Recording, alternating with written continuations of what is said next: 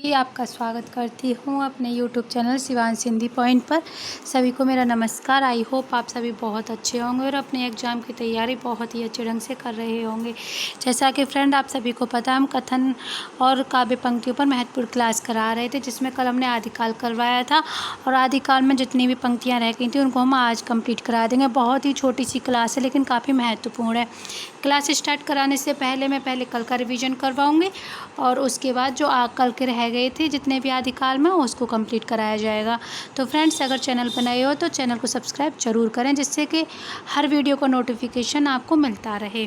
तो हमारी आज की क्लास स्टार्ट होती है रिवीजन के साथ। कल हमने पढ़ाया था आदिकाल से संबंधित महत्वपूर्ण कथन और काव्य पंक्तियाँ। आचार्य रामचंद्र शुक्ल द्वारा रचित आदिकाल के संदर्भ में उन्होंने क्या कहा है, पहले हम ये पढ़ लेते हैं। प्राकृत की अंतिम अवस्था से हिंदी साहित्य का आविर्भाव माना जा सकता है। ये किसने बोला है? रामचंद्र शुक्ल ने। हिंदी साहित्य का आदिकाल संवत 1050 से 1375 तक, अर्थात महाराज भोज के समय से लेकर हमीर देव समय के कुछ पीछे तक माना है। किसने माना है?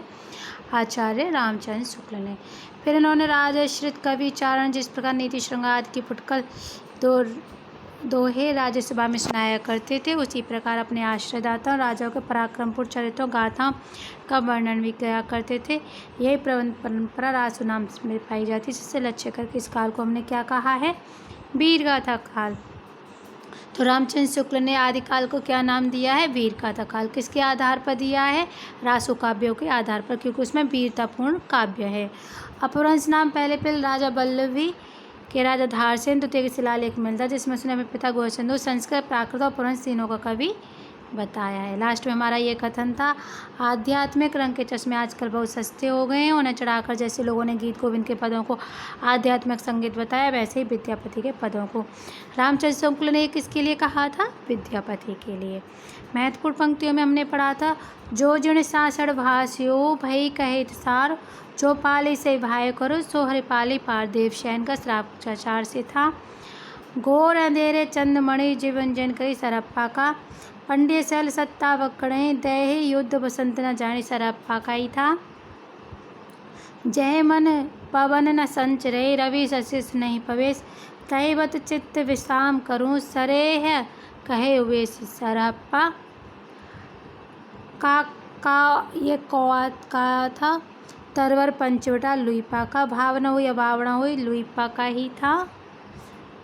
सहजे थर कर बाण उड़ी साध विरूपा का है। भला हुआ जो मारिया हेमचंद का है, वेरी वेरी मोस्ट इम्पोर्टेंट। देसिल वैना सबजन मिठा ते सन जपो अभट्टा विद्यापति का है। हिंदू बोले दुरैन का तरुका भवकी मार, विद्यापति का कीर्तिलता से है। आज की क्लास हमारी स्टार्ट होगी यहाँ से। जितने भी कथन रह गए कल तक का ये हमने रिवीजन कर लिया। रिवीजन मैंने सिर्फ इसलिए कराया कि आपका रिवीजन हो जाए। अगर आप कुछ भूलोगे भी तो वो फिर से रिवीजन हो जाए। तो आज की क्लास है यहाँ से, मनहु कला ससिभान कला 1600 बन्य बिगस कमल स्त्रिंग भ्रमर बैनुर खंजन मृग लुटिया। किसका है? पृथ्वीराज रासो की पंक्तियाँ हैं। किसकी हैं? पृथ्वीराज रासो की। पृथ्वीराज रासो के लेखक कौन है? चंद बरदाई। चंद लिख लेते हैं यहाँ पे सिर्फ। सज्जित घोर निशान रहा रान चौहान चौहोदिस, पृथ्वीराज से ही हैं। 12 बरस ले कुकर जिया और 13 लो जिया सियार, बरस 18 छत्री जिये आगे जीवन को अधिकार। किसकी हैं? जगनिक की। Very very most important. सरस बसंत समय भले पावल, किसकी है? विद्यापति की पदावली से। अब यहाँ हम सिर्फ और सिर्फ अमीर खुसरो की काव्य पंक्तियाँ पढ़ेंगे। उन्होंने जो पहेली दी हैं वो पढ़ेंगे, क्योंकि अमीर खुसरो हमारे एग्जाम के दृष्टिकोण से महत्वपूर्ण है, इसलिए यहाँ मैंने सिर्फ उनकी पंक्तियों को लिया है और सबसे पहले हम उनकी पहेलियाँ पढ़ेंगे। प्रश्न बन जाता है, एक थाल मोती से भरा सबके सिर पर औंधा धरा, चारों ओर वह थाली फिरे मोती उससे एक न गिरे। तो ये किसका है? अमीर खुसरो को। अगर पूछा जाए इस पहेली का अर्थ क्या है? आकाश। प्रश्न दोनों तरीके से ही पूछा जाता है। एक नार ने अचरज किया, सांप मार पिंजरे में दिया, जो जो सांप ताल को खाए सूखे ताल सांप मर जाए। तो किसकी पंक्ति है? अमीर की। अमीर को आप अमीर खुसरो को अमीर ही लिख लीजिए। और इसका पहेली का अर्थ क्या है? दिया बाती। अर्थ तो इसका बूझेगा, मुंह देखो तो सूझेगा, दर्पण है इस पहेली का सही आंसर। और किसकी है ये? अमीर की, अमीर खुसरो। मेरा जोवना नवेलरा भयो है गुलाब, किसकी है? अमीर की। सखी पिया को जो मैं ना देखूं तो कैसे काटूं अंधेरी रतियां, कितना ही बहुत ही महत्वपूर्ण है ये। चूक भई कुछ बासो ऐसी छोड़ भयो परदेसी, चूक भई कुछ बासो ऐसी देश छोड़ भयो परदेसी, ये भी किसकी हैं पंक्तियाँ? खुसरो की। एक नार पिया को भानी तनवा को सगरा जो पानी, किसकी है? ये भी अमीर खुसरो की। ये फ्रेंड्स जितने भी आदिकाल के महत्वपूर्ण कथन और काव्य पंक्तियाँ बन सकती थी वो मैंने आपको सभी करा दी हैं। हमने आज कहाँ से पढ़ा है? पृथ्वीराज रासो से। एक बार मैं रिवीजन करा देती हूँ इसका भी। जिस मनव कला ससिभान कला सोपन्य बिगस कमल स्त्रिंग भ्रमर बैनर खंजर में लुटिया पृथ्वीराज रासो,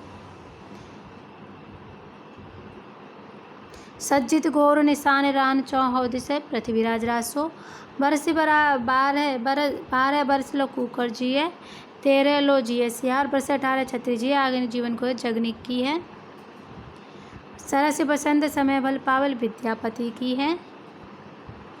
अमीर खुसरो की ये सारी देखें। एक थाल मोती से भरा, सर के सिर पर औंधा रखा, चारों ओर थाली पर मोती से एक नगरे आकाश है इस पहेली का अर्थ। एक नार ने अचरज किया, सांप मार पजरे में दिया, जो जो सांप ताल को खाए सूखे ताल सांप मर जाए, दिया बाती अर्थ है अमीर खुसरो का है।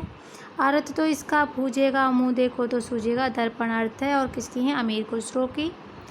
मोरा जोबना नवेलरा भयो है गुलाब, अमीर खुसरो की। सखी पिया को जो मैं ना देखूँ तो कैसे काटूँ अंधेरी रतियाँ, वेरी इम्पोर्टेंट, किसका है? अमीर खुसरो की ही हैं। चूक भई कुछ बासो ऐसी देश छोड़ भयो परदेसी, अमीर खुसरो की हैं। एक नार पिया को भानी तनवा को सगरा जो पानी, किसकी है? अमीर खुसरो की। तो फ्रेंड्स ये आदिकाल की महत्वपूर्ण पंक्तियाँ और कथन मैंने करा दिए हैं। कल को स्टार्ट करेंगे एक और नया टॉपिक जो भी होगा काफ़ी महत्वपूर्ण। तो जुड़े रहिए शिवांश सिंधी पॉइंट से। अगर वीडियो पसंद आया हो तो लाइक ज़रूर करें, शेयर भी करें और साथ में बेल आइकन को दबाकर चैनल को सब्सक्राइब ज़रूर करें। वीडियो देखने के लिए धन्यवाद।